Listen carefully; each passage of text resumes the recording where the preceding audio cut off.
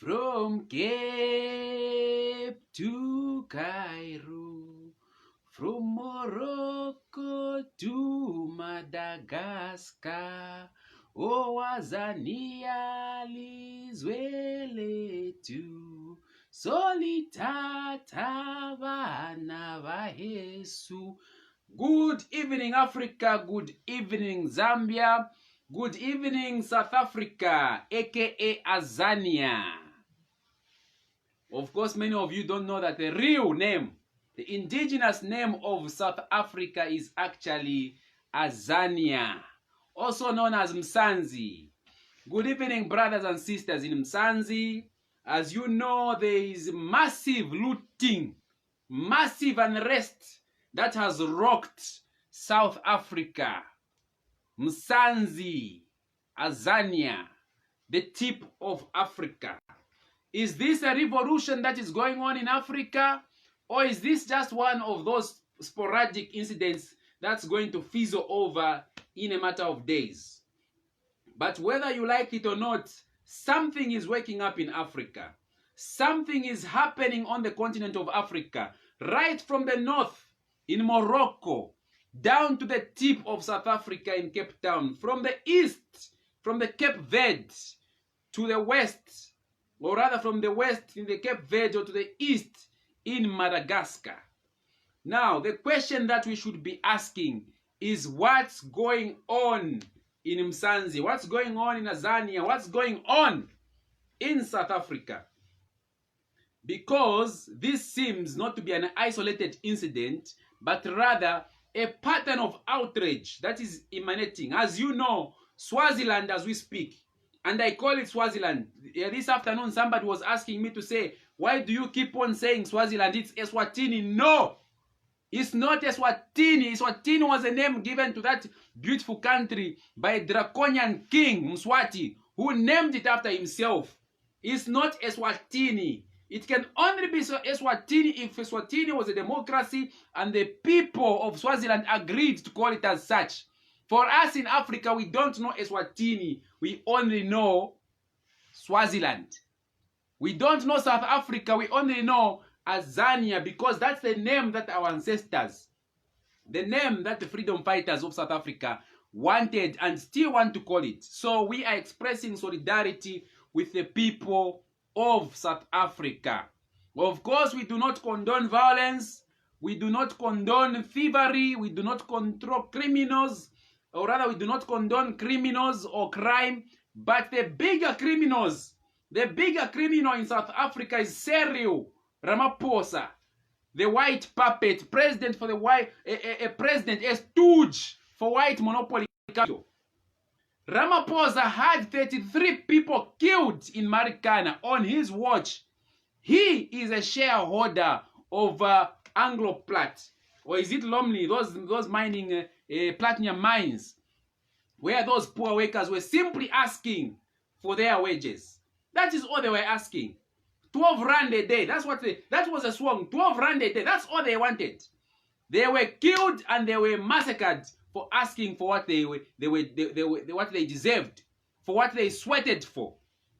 This is a case. What's happening in South Africa is not about Jacob Zuma. It's not about the loyalists of Jacob Zuma rising to break him out of prison. No. There are undercurrents, fundamental issues that are facing the people of South Africa. And the people of Africa at large, the people of Zambia, are facing the same issues. This incident of looting, or this spate of looting, the so-called looting, is a case of the chickens coming home to roost. The chickens have come home to roost in South Africa, just like the chickens have come home to roost in Swaziland. What chickens am I talking about? I'm talking about 3 chickens that have come home to roost. The chicken of poverty, the chicken of unemployment, and the chicken of inequality. These are the triplets, the evil triplets that are plaguing Africa and are causing unrest amongst the people. Why should people go and loot a shopping mall or break into a shopping mall? What has that got to do with Zuma, who's in a prison? If they wanted to go and loot any place for the sake of Zuma, they should have gone to loot a prison. break the prison, break their president out. But they went to loot a shopping mall, shopping malls. That's what happens when you have high levels of unemployment, high levels of inequality, and high levels of poverty. People are looting because they are hungry. They are looting things that can't even fit in their cars. One brother from Azania, we have seen him struggling to put a plasma TV. I don't know how many inches that plasma TV. Struggling to make it fit in his car. The other one looted a range of sofas that couldn't even fit in a shack. Obviously, the idea is to sell those things and earn an income. Mfwetu, Vanabayesu, poverty is biting in Africa. Poverty is biting in Eswatini or Swaziland. Poverty is biting in Zambia, in South Africa, in Congo, in Egypt, in Burkina Faso, in Senegal, all over the continent of Africa. Poverty is biting. And this thing called COVID hasn't helped the situation. We've been asked to lock down or close down schools and close down certain industries, close down bars. Where are people going to get the income to manage or sustain their lives? This is a case of the problems that have the undercurrents, the underlying problems of South Africa coming home to roost. South Africa has had a troubled history. And when I speak about South Africa, I don't want anybody to tell me to say, why don't you stick to your Zambia? That's what one Swazi told me to say. Why don't you stick to your Zambia? You know nothing about Swaziland. I know more than you do about your own country if you are in Swaziland. And I know something about South Africa. Because I've lived in South Africa. I lived there in Mpumalanga for a good 6 months. That's where I came to do my political education. This beret I'm wearing, this EFF beret, was given to me by comrades in South Africa. So I know one or two things about South Africa. And I know a lot more about South Africa than South Africans themselves. I can tell South Africans where that struggle is coming from. Because your leaders in the ANC, the leaders that have sold you out today, the Ramaphosa's of this world, they came to live here in Lusaka for 33 years. The ANC had its headquarters here in Lusaka, Zambia. The ANC for 33 years had its military camps and military schools here in Lusaka, in Makeni. Zambians were bombed by Ian Smith and P.W. Bottas commandos coming in search of South Africans who we harbored here. So I know something. When I speak about South Africa, I speak with authority and I speak with the confidence of somebody who has lived there before, somebody who has got the relatives and friends, thousands of them, that are living in South Africa. So we are stakeholders in South Africa. We know no boundaries. These boundaries are colonial imaginary boundaries which were put here by the people who colonized us. And these people who colonized us are the people that are causing problems in South Africa. Now, I listened to one excuse somebody was giving to one issue, one comment made about the looting in South Africa. This person said, the problem in South Africa is that there are too many people. Black people must be taught about contraceptives. They must stop bearing children. Really? We must stop bearing children so that what? So that the middle class and the rich class of South Africa can continue to swim in luxury? Is South Africa short of resources and land? Is the entire continent of Africa short of resources and land that we should be told to reduce on having children? That's what one white man suggested. That say we should consider contraceptives. He said the problem in South Africa is a problem of poverty and population. No. The problem in South Africa is the problem of inequality, mass inequality. South Africa is the most unequal society on earth, where you find a slum like Alexandria separated only by a road with this opulent place. What do they call it? Sandton or something like that. It must be, there is a posh area, Sandton, I think. Sandton and Alexandria, divided by a road.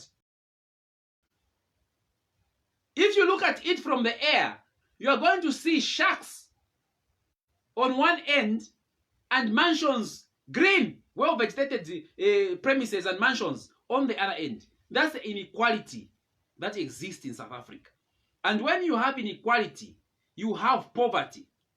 When you have these things, you have high unemployment.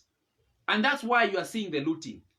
The issue of Zuma is only a scapegoat. Africans will look, the time where poverty is biting so much, Africans will give any excuse to start a revolution.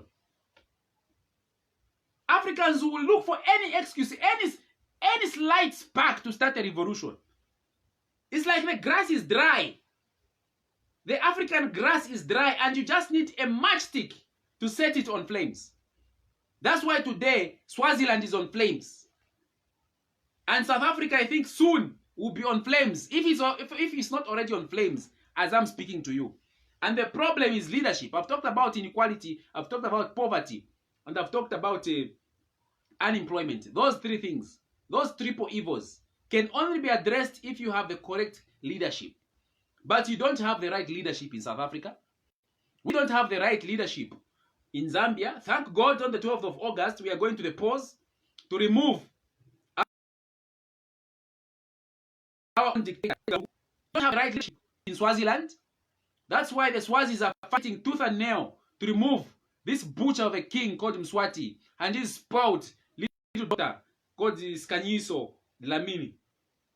That's why the Swazis are fighting for democracy. That's why wars are endless in Congo. Because foreign multinationals and foreigners are enjoying the mineral wealth of Congo, while the government is colluding with foreigners to deprive people, the local people, the indigenous people, of the wealth. And I agree with the comrade Floyd Chibambu when he said that the looting in South Africa began not in 1994, no. The looting in South Africa began in 1652 when Jan van Riebeeck landed at the Cape of Good Hope with his people from Holland and decided to make it their own. That's when the looting in South Africa began. And it's been going on for the past 400-500 years. Nobody talks about the looting of the Boers. Nobody talks about the looting of the land from the Khoisan, the massacres of the Khoisan by the Boer. Removing them from the land of their ancestors. Nobody talks about the looting of the mineral wealth by old Dutch families in South Africa. The Oppenheimers and the rest. Nobody talks about that. So, nobody talks about the looting of Cyril Ramaphosa himself. Cyril Ramaphosa has been like a stooge for white monopoly capital, for the privileged class in South Africa. He's the president for the privileged class in South Africa. In fact, Cyril Ramaphosa is not a black man, he's white. He's only black outside, inside he's white. And represents privileged classes.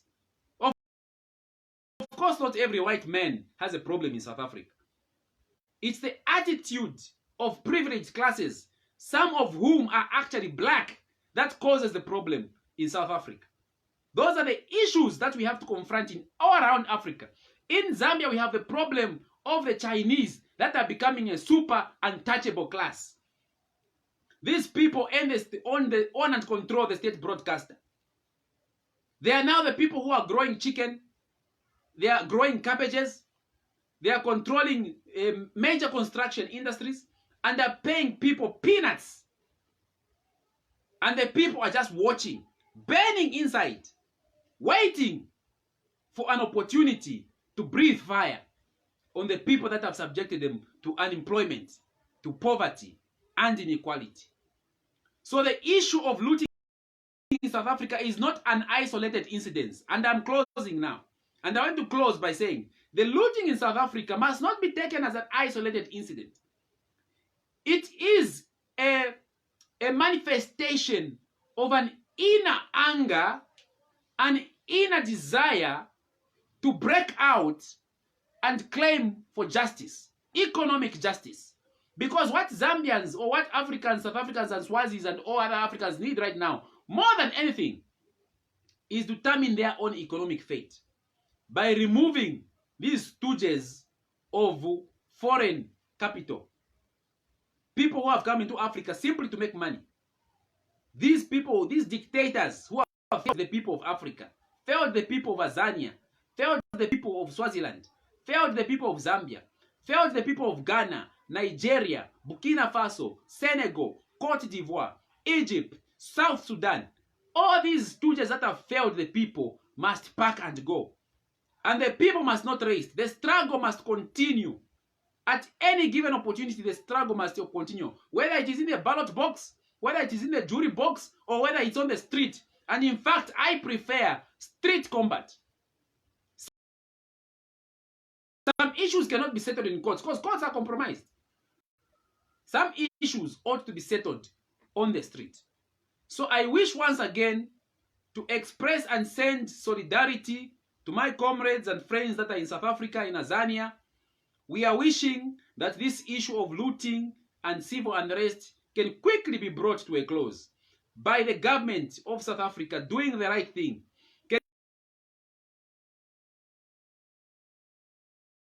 Can you please put in measures that ensure that poverty is eradicated, that ensure that unemployment is drastically reduced, that ensures to say inequality is also drastically reduced. Do not say that poverty is the fault of Africans because they love making babies. No, that's nonsense. Poverty is the fault of government because government exists for a reason.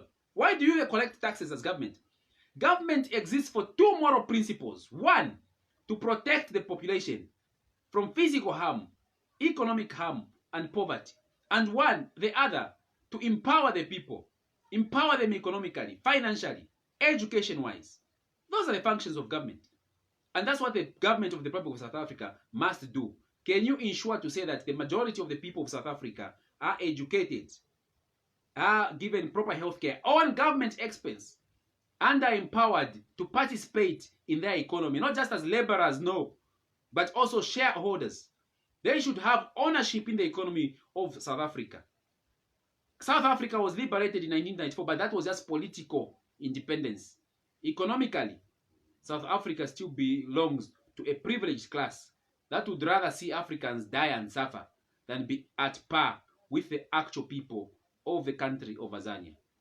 So thank you very much. If you're joining me, I'm just winding up this commentary on South Africa. But this video is going to be uploaded on YouTube. If you're on YouTube, just type Minders Matter, subscribe, and ring the bell for further updates. I shall be bringing you more commentary on what's happening on the African continent and its political and economic relevance. Because as a young generations of Africans, we must be alive to the fact that the battle of Kenneth Kaunda, the battle of the Mandelas, the battle of the Walter Sisulus, of the Nyereres, of the Patrice Lumumbas of this world, of the Samora Machels of this world, is up to us. Africa is not free. Africa is not free. The struggle must continue to liberate Africa economically so that Africans can be deciders of their own fate in the country that their ancestors gave to them. Thank you very much and good night. Aruta.